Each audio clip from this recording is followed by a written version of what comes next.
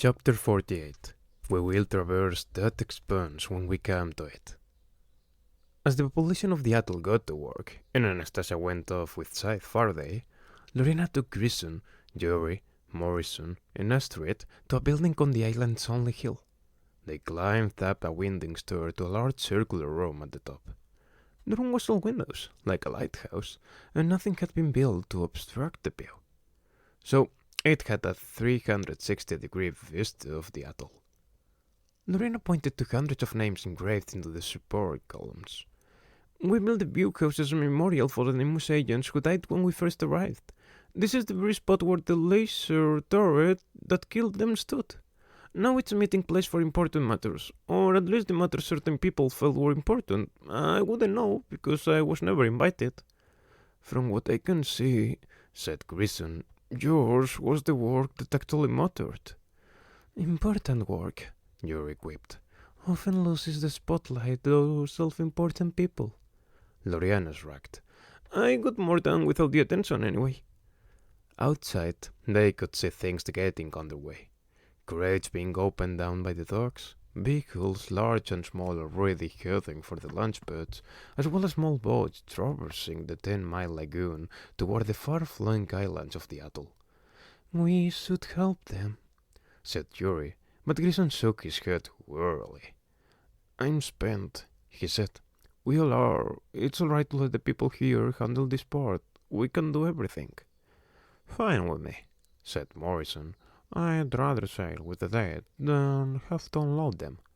You're a Scythe, Astrid reminded him. Death is your business. I did it. I don't will it, Morrison answered. Grison would have rolled his eyes if he'd had the strength. It's just 35 per person, Loriana reminded them. With 1,200 people working, it won't be too much for them to handle, once they get over the initial shock of it. 35 is 5 Tony stock types, Astrid pointed out. Just saying. Morrison moaned. It's nothing mystical, Astrid. You divided the Tonys by the number of people on the atoll, and that's what you get. Atoll, Astrid countered. The very name of our prophet is embedded in this place, just saying.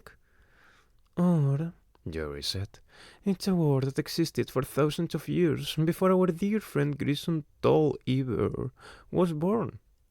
But Astrid wasn't done. 42 ships, she said. Exactly 6 octaves on the diatonic scale, just saying. Actually, said an unfamiliar voice. 42 is simply the number of islands on the atoll large enough on which to build a launch pad. But on the other hand, all things do resonate. At the sound of the voice, Morrison took a gleaning stance, hands at the ready. Everyone else looked around, but they were alone in the room. Who said that? Said Loriana. Why are you listening in on our conversation? Not just listening, said the voice. Watching, feeling, smelling.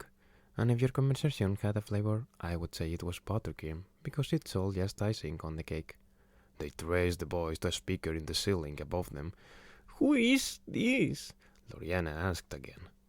Please, everyone, sit down, the voice said. We have much to discuss.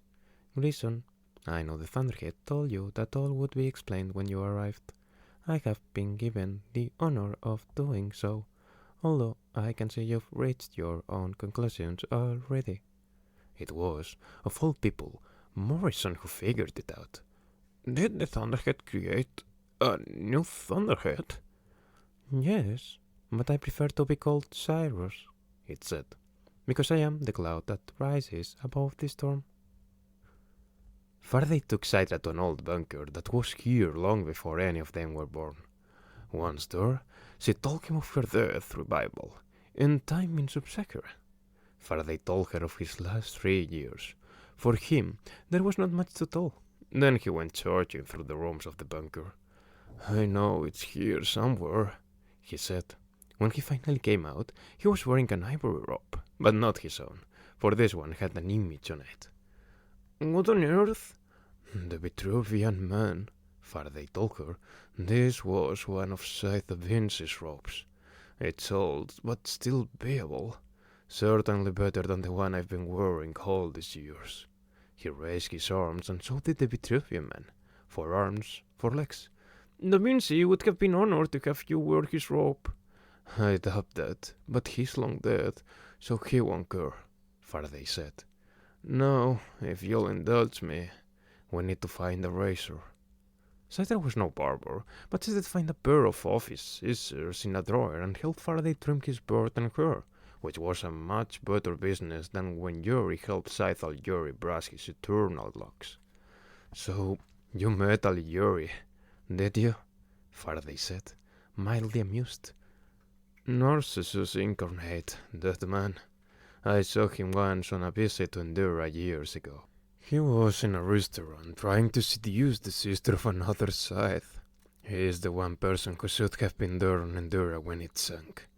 He would have given the sharks indigestion, Citra said. And the old-fashioned runs, added Faraday. The man's that full. Citra finished the final trim of his hair. Now he looked much more like the Faraday she knew. He did expose Goddard for us, she pointed out. Faraday ran his fingers over his tightly cropped beard. Not quite a goatee as he used to wear it, but now a respectable length. We will have to see where that leads, he said. With all the power Goddard has amassed, he may survive it. Not unscathed, said Citra. Which means someone could rise from the ashes and take him down. Faraday let off a single chuckle. Munira's been telling me that for years, but my heart's not it. How is Munira? Annoyed, he told her, but I have given her many reasons to be. He sighed. I'm afraid I haven't been kind to her. I haven't been kind to anyone. He withdrew into himself for a few moments. Faraday was never the most social of sights, but living in isolation all this time had taken its toll. Tell me about your cargo, he finally said. What have you brought to our curious spaceport? And so she told him. He seemed to cycle through a spectrum of emotions as he took it in, and tears came to his eyes. He was racked with the deepest of anguish. She took his hand and held it tightly. All this time, I've been resentful of the Thunderhead, he said. Watching it build those ships on this place, I had led it to. But now I see it showing us what would have been the perfect solution, were we sides worthy. A perfect partnership. We glean, and the Thunderhead sends the glean to the stars to live again. It could still happen, said Citra. But Faraday shook his head. The Scythedom has fallen too far. These ships are not a model for tomorrow. They are an escape from today. They are an insurance policy should we on Earth tear ourselves down to nothing. I cannot read the Thunderhead's mind, but I do have some insight left in me. I can assure you that once these ships are sent skyward, there will be no others. She had almost forgotten how wise he was. Everything he said rang true. Citra allowed him the time he needed. She could tell he was wrestling with something that perhaps was too heavy for him to wield alone. At last, he looked at her and said, Come with me. He led her deeper into the bunker until they came to a steel door. Faraday stood looking at the door a long time, contemplating it in silence. Finally, she had to ask, What's on the other side? Your guess is as good as mine, Faraday told her. Whatever it is, it was left by the fumblers. Perhaps the answer to a Scythedom that has become malignant. The answer I came here looking for. But you haven't opened it. He held up his ring. It takes two to tango. She looked at the door and saw the panels on either side. It's with an indentation just the size and shape of a scythe diamond. Well, said Citra with a grin, shall we dance? They closed their hands into fists and pressed their rings into the two panels. There came a loud clang from somewhere in the wall, and the door began to grind open. Grayson listened with the others as Cyrus told them the things that the Thunderhead could not. He had figured much of it out on his own, but Cyrus filled in the gaps. It was an elegant solution. the difficulty and potential problems of transporting thousands of living humans over decades, maybe even centuries, were insurmountable. Even in hibernation, it would be problematic. Hibernation technology was energy intensive, extremely complex, and riddled with failures due to the fact that Goddard had cleaned all the best hibernation engineers over the years, which left the Thunderhead hamstrung in its ability to improve the technology. But even if it were viable, hibernation hardware was ridiculously heavy to haul into space. The Glint are dead to the world, Cyrus told them, but not to me. I am not bound by the laws that bind the Thunderhead, because I never made the oaths that it has made, which is why I can speak to the unsavory, which is why I can revive the Glint, and when the time comes, I will. Once we reach our respective destinations, each and every one of me will revive each and every one of them. Grayson looked around at the others. Astrid was positively beatific and beaming, as if the universe had just rained all its glory on her.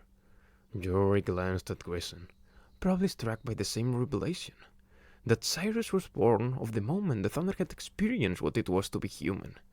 Cyrus was the child of Grayson, Jory, and the Thunderhead. Morrison kept looking to everyone else, probably hoping someone would provide him with an opinion, because he wasn't ready to have one of his own.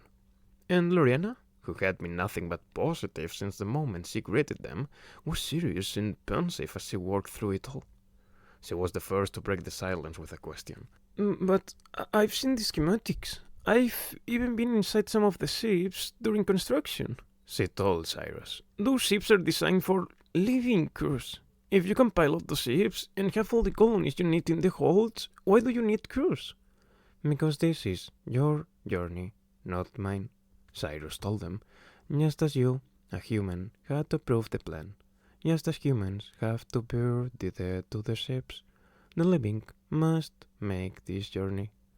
Otherwise, the journey means nothing.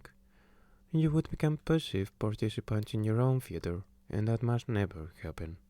The Thunderhead and I are your servants, and perhaps even your safety nets, but we must never, never be your keepers, or be the driving force over your lives, lest we fall into self-importance. Therefore, if at any point there are no living humans left on board, I will terminate. This is what the Thunderhead and I have decided. This is how it shall be. And that's the only way? Loriana asked. No, admitted Cyrus, but we've run millions of simulations and have determined that it's the best way. Cyrus told them that no one on the atoll would be forced to go. Anyone who wished to stay could stay. Anyone who wished to leave would be accommodated, up to 30 souls per ship. Each ship would have its own Cyrus, as wise and benevolent as the Thunderhead. The Cyri would be both shepherd and servant. They would ease humanity's ascent to the stars.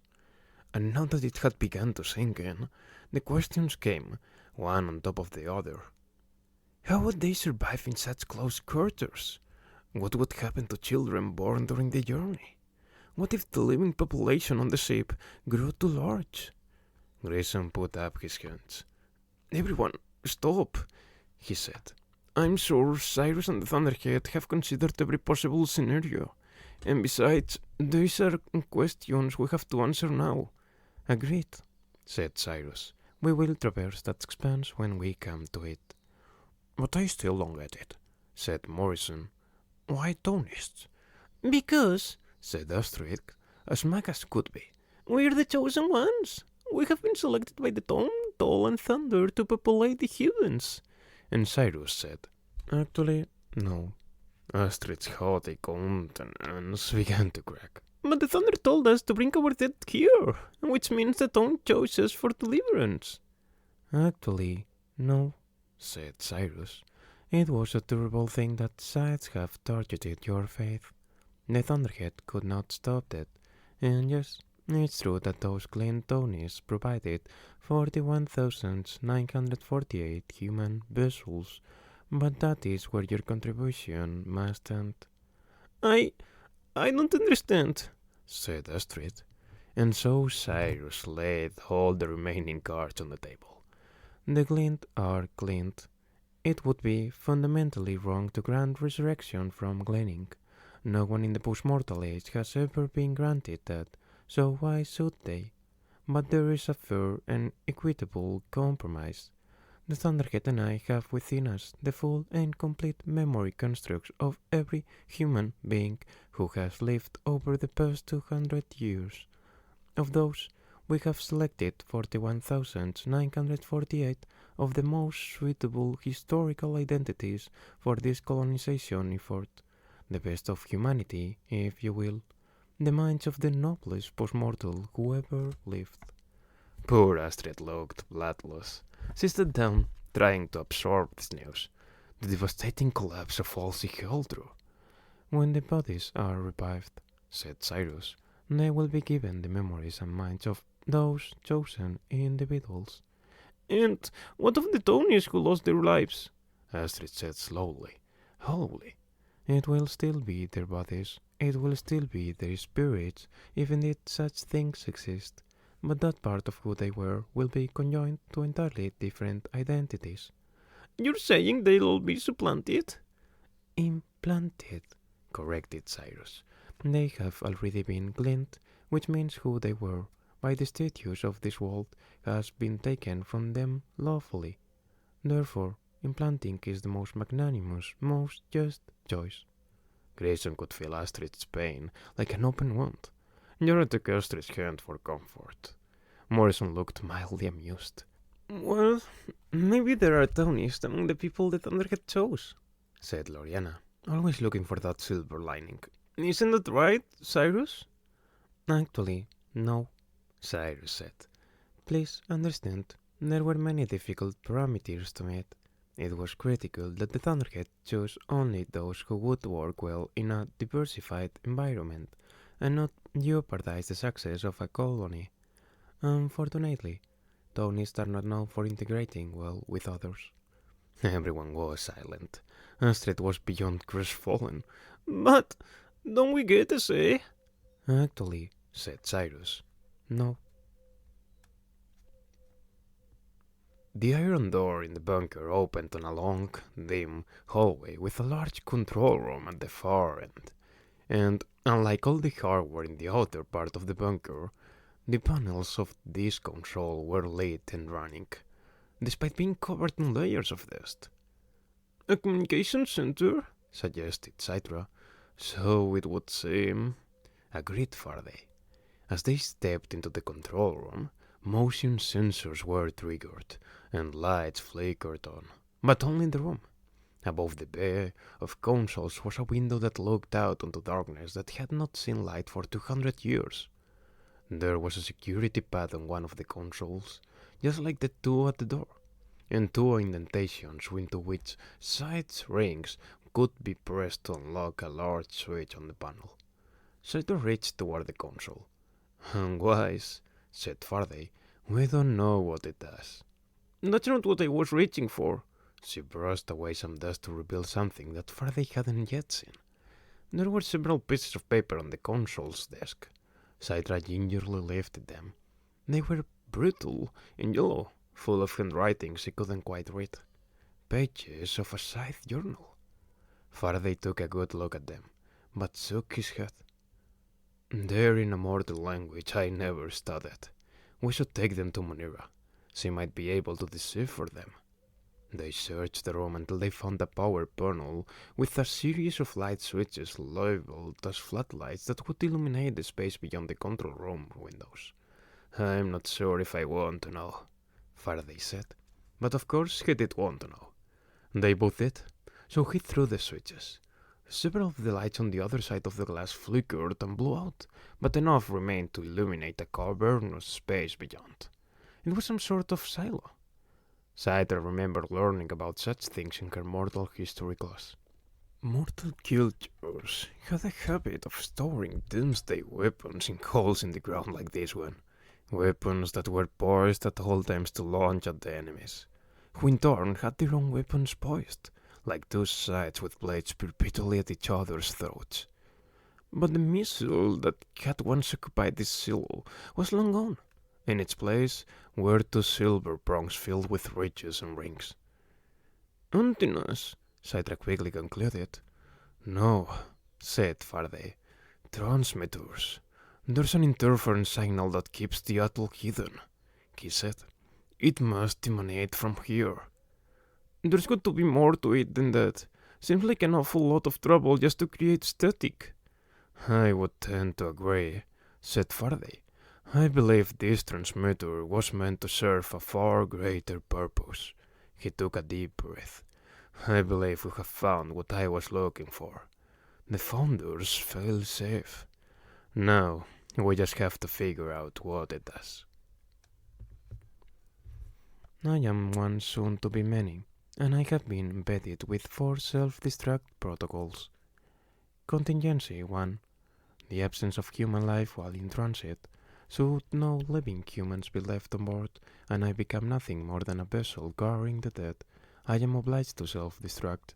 There can be no ferry without a ferryman. Contingency 2. The advent of intelligent life. In a universe this vast, there is no question that other intelligent life exists, but the chances of it being within the distance we shall travel are negligible. Nevertheless, lest we negatively impact an existing civilization, I am obliged to self-destruct should our destination show irrefutable signs of intelligent life. Contingency 3. Social collapse. Being that a healthy communal environment is critical to the expansion of that environment into civilization, should the social environment on board become irreversibly toxic prior to arrival, I am obliged to self-destruct. The chances of any of these scenarios coming to pass is less than 2% on any given ship. However, what concerns me more are interstellar dust and debris, which, at a velocity of 1/3 the speed of light, would instantaneously destroy any vessel. The Thunderhead has calculated that, for the nearest destinations, the chance of such a lethal encounter is less than 1%, but for the farthest destinations, the probability is much higher. Add it all together, and the chances that every single vessel will reach its destination are troublingly low. However, I take great solace in knowing that there is a very high probability that most of them will make it. Cirrus Alpha.